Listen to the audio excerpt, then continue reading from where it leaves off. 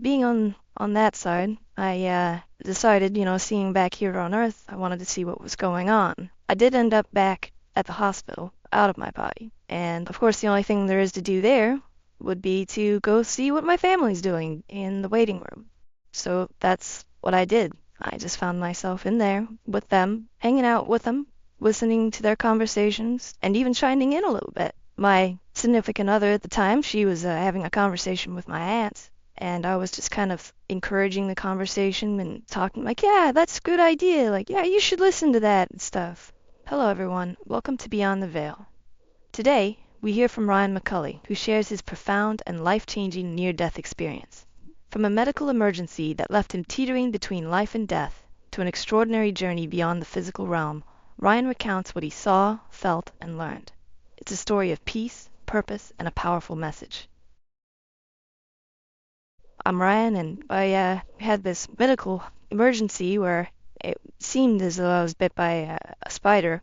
I was near death the time they brought me into the hospital, said that they could save my life and go on the surgery, so of course I said, yeah, it saved me. I don't remember precisely the next thing that happened, but I do remember passing out and found myself just in this other place. It was basically the afterlife, the spiritual realm. I mean, I was definitely out of my body. There was an ocean in front of me. It was an ocean of souls. I could see all the souls that had ever lived, and they were just like flowing in all directions, and it just went further than the eye could ever see, and it just was like this massive energy field just flowing and waving, but it was souls, it's all people, and many of them were coming and going, like to and from, and I could see them coming and going from the earth, just kind of on the other side of the veil, if you will, as they say. There was a lot of purpose in movement. I could just kind of have this general understanding of everything. I could tell everyone had purpose. I could see everything and everyone so clearly. And so I just peered off in a direction and looked at a random person. And it was as if I could see her up close. It was a woman. She was probably in her late 50s, looked like wavy, kind of blondish hair. And as soon as I looked at her, she turned and looked at me and just smiled and nodded, and I just kind of smiled and nodded back, and just an acknowledgement of each other. But it wasn't awkward or anything. It was like she knew what I was doing. I was just there for the moment and observing and just looking around. I could see that there were different levels to where people were coming and going from and such. There was one place that seemed like there was a lot more happening, a lot more purposeful things happening, and then there was another place or area or dimension or whatever you want to call it that was just very bright, and all I could feel from looking there was peace and calmness. And then there was beyond that, which I can't really describe very much. So being on that side, I decided, seeing back here on Earth, I wanted to see what was going on. I did end up back at the hospital, out of my body. And of course, the only thing there is to do there would be to go see what my family's doing in the waiting room.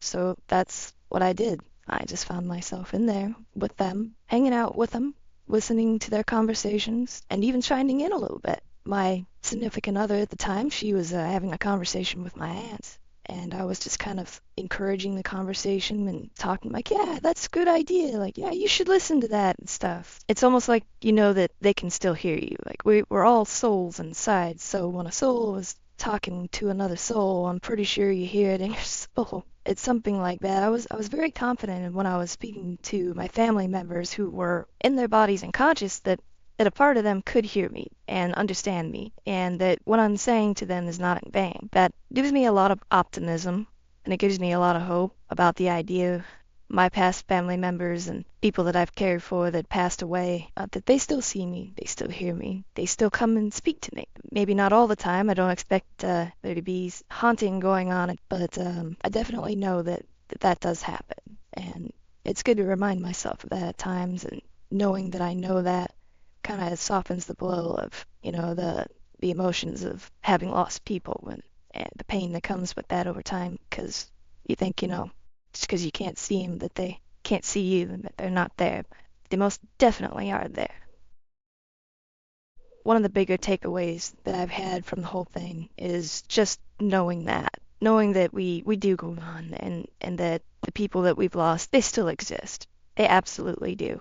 Yeah, that was one of the more intriguing things was remembering that conversation. I have to say though, I didn't remember that right away. That conversation that my aunt was having at the time with my significant other at the time. Later on, my ex and I were talking about some things. She was complaining about how her mom would feed her with scripture, so to speak, make her feel really guilty and try to manipulate her by quoting the Bible to her and stuff. And I told her, I said, hold on a sec.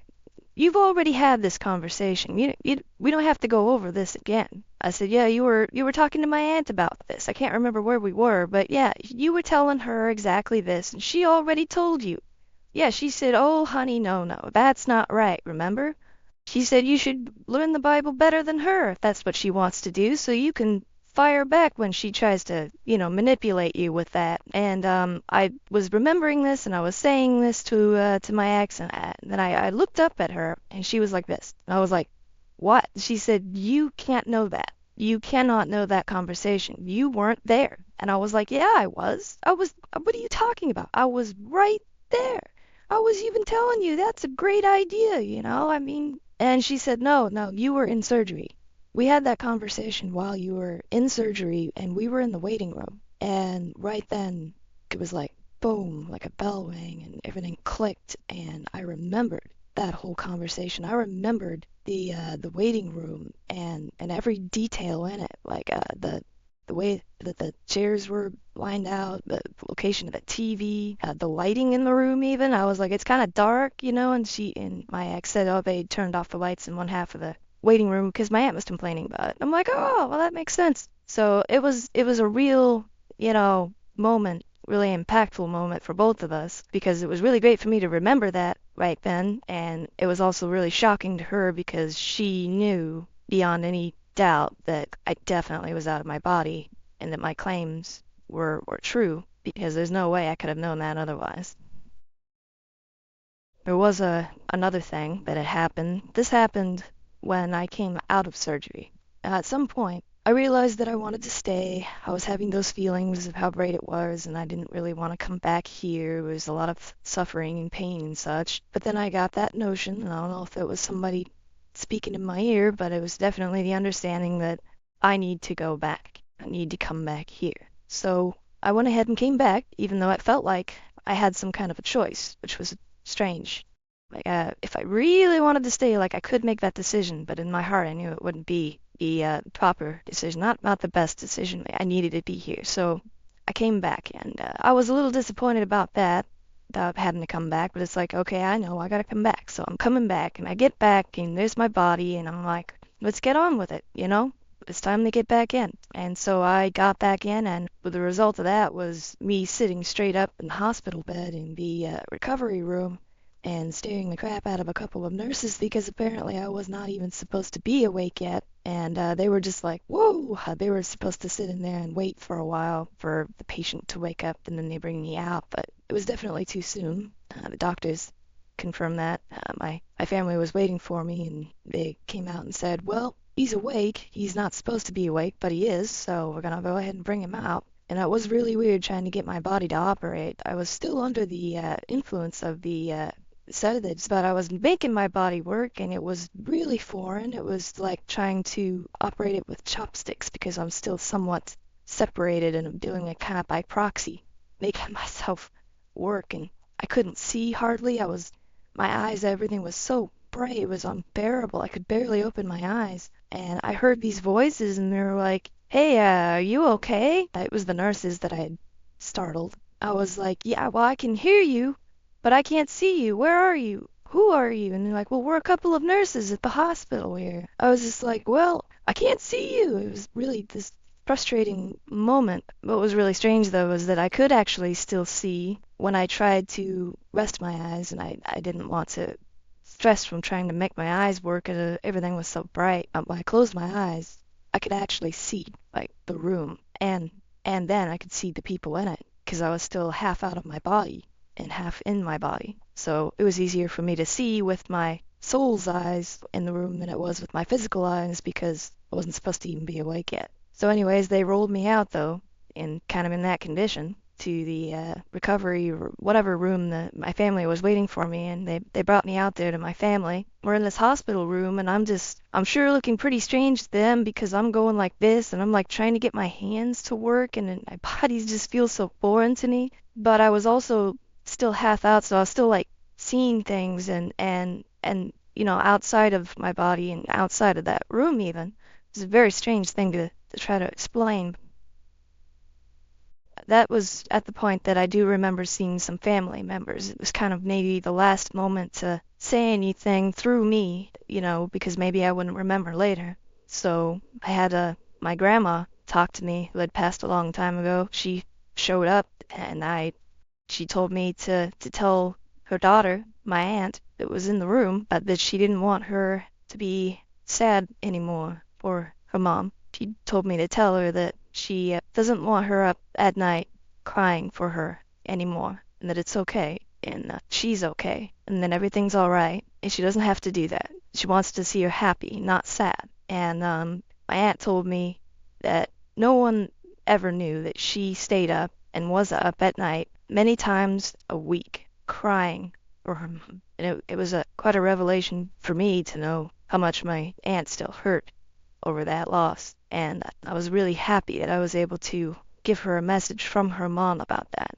And she was much more at peace afterwards. She didn't stay up at night crying for her mom anymore. I did see my other grandma too, and a couple other people, though I don't actually remember every detail of those things. My family said that I had said a few things about some other family members, and things that they wanted to tell them and stuff, and I couldn't actually remember some of those things. I remembered with my grandma, but couldn't remember like cousin and such, and I'm not sure why that is. Those messages my family kind of kept to themselves too, which is another thing I don't quite understand even now. I guess it was really personal. Maybe I just wasn't meant to remember it. I'm in my hospital bed talking to my family and trying to operate this body. And it's so taxing. It's taking so much effort that at some points I would just take a break and I would step out of my body, take a break from trying to operate it like that. And I could see myself, but I was still talking. Like my body is on autopilot. Like it's still operating, it's still talking. I'm just not doing this really direct manual influence on it anymore. And I'm listening to what I'm saying. It's the strangest thing. I heard myself talking. I'm like, well, I wonder what I'm talking about now, because I was also looking at other things. And I look back at myself and I'm still talking there. I'm like, I wonder what I'm talking about. And I'd listen and I'm like, yep, I'm telling it like it is. Yes.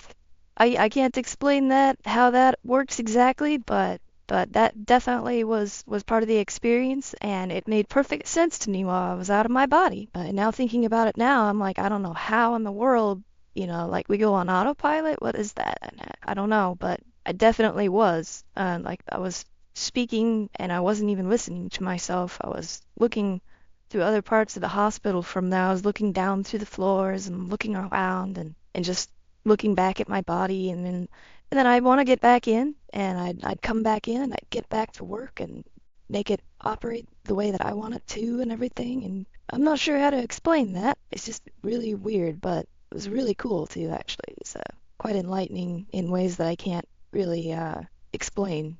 I have this peace now that I've retained, that a little bit of that understanding on the other side, the way that I felt, and how everything's going to be all right, and that it is okay, and that this pain and sorrow and everything, and how hard life is just this really, it's our short-sightedness that allows us to not be able to see past that. But I've seen past it, and I do know the truth. I find peace in that every day. When things get hard, and they do, and things are going to get a lot harder too, it's life. But I'll always remember that everything's going to be okay. It's all going to be fine. And that in some way I can't understand, but that I can kind of remember it is okay. Like I've always believed that there's more to life than what we can see and stuff. I've always been, a spiritual person in that way, but to have that confirmation about it though, that's what has given me more peace and given me, the ability to cope with whatever happens, just knowing that everything is going to be okay. And that's the problem with that statement, is that no one will ever really understand the depth of of how much I need everything is going to be okay and that everything is okay. And even myself now, I still struggle at times, things happen, I lose somebody, and I have to remind myself. I have to really try to remind myself of what I know, but that's kind of the effect that it's had on me and will have on me in the rest of my life is that I do know. And that even though it may feel like I forget at times and I'm going through it like somebody who doesn't know that, the people I've lost still exist. But when I remind myself of what I know,